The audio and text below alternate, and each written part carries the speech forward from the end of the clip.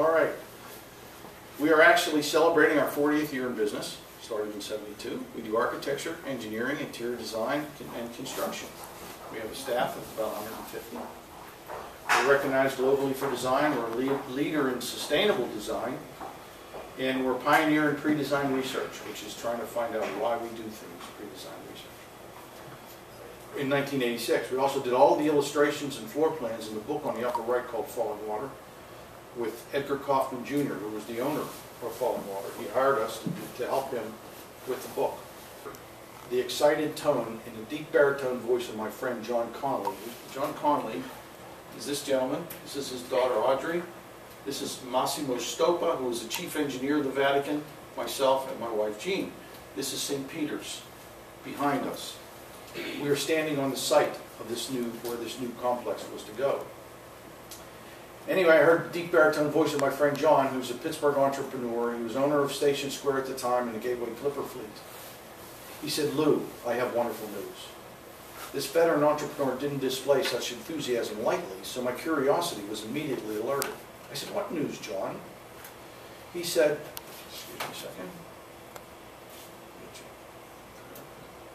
I said, "What news, John?" He said, "Lou, Audrey and I have just returned from Rome. We had a wonderful meeting with Pope John Paul II and Cardinal Soldano. We met to discuss a financial need at the Vatican. The Vatican government wants to construct a residence to house the cardinals during the next papal conclave. They requested my help in raising the funds that were needed for the project.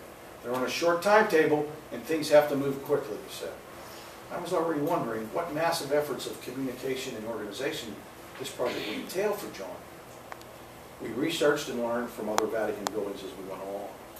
It's the interesting thing we did. In nature, there's a thing called a fractal. These are examples of fractals, or seashells, snowflakes, leaves.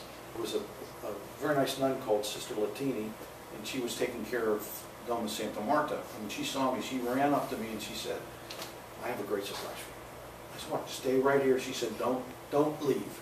It's okay. She came back with a photograph. The photograph was her and Pope John Paul praying in the chapel for the first time. It was the first one to use it. So I said, "Well, I guess it works then."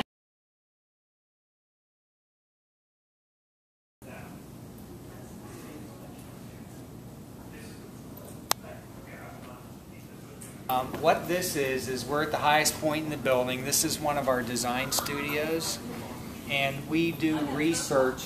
We do human and emotional research to understand what buildings should be above and beyond just providing structure and space and protection from the elements. Buildings to us have a third dimension, which is the feeling and the sense that you get out of being in a particular space.